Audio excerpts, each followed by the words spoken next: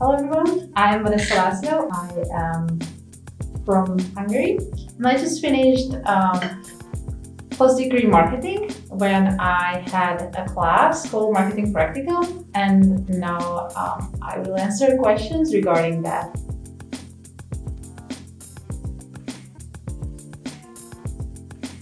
So I would say one and the most important is that you can never start too late, but you can never start too early.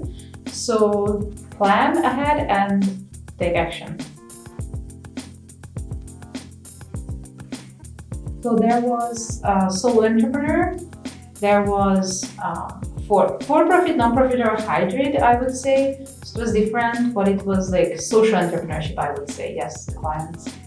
There was difference because one of the client was a writer, and it was just that person itself. And for another company, it was a company taking care of elderly people, and then it was more people involved, so I had to handle differently these clients.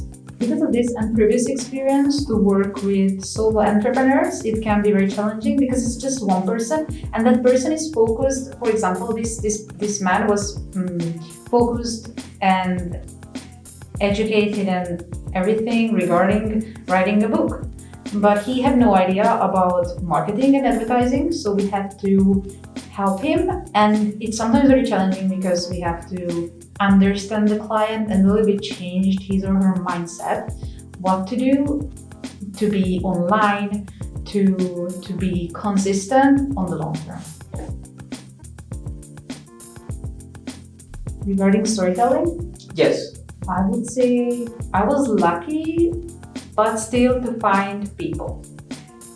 Because it's either you have a big circle or you reach out to people, and sometimes they will just not respond, and you want the best possible people to interview, and it's luck and it's your personality whether you can have a conversation and you can just find the right people when you have the conversation and interview them.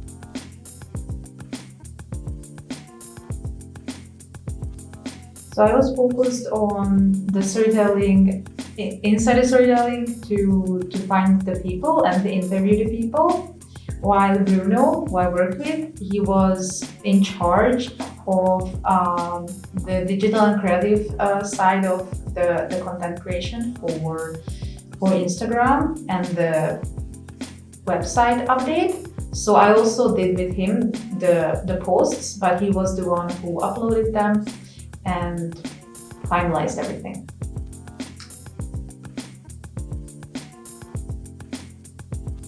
And a lot, because when you graduate and you apply for jobs, they are looking to get to know you better, not just your education on paper and your experience, but to show something. And with this practicum, you can show, for example, what we did at the very end, that we hosted the final presentations.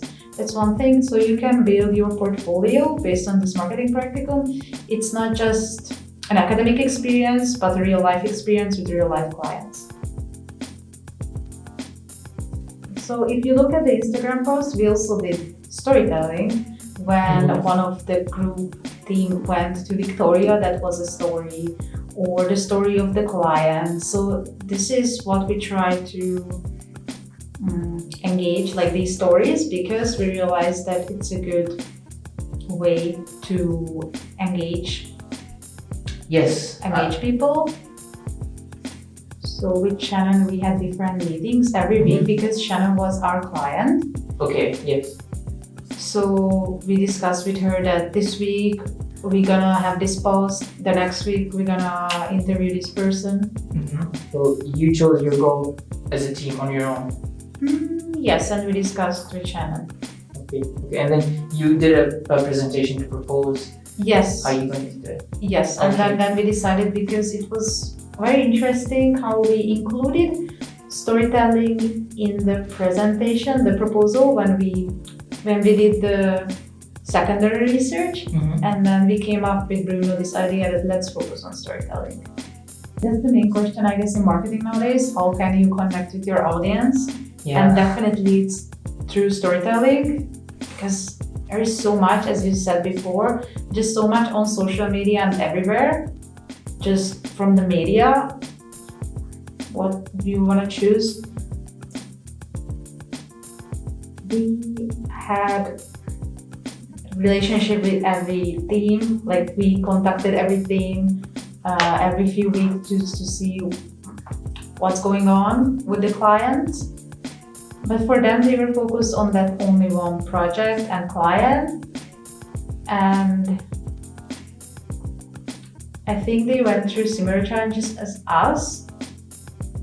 But we had, the difference is that a PR content team, we had to focus, we couldn't have just one focus, we had to focus on the 4 or 5 themes, plus the content creation, plus our storytelling idea. And they focused on their client, which was probably even more work than we had, because they did a lot.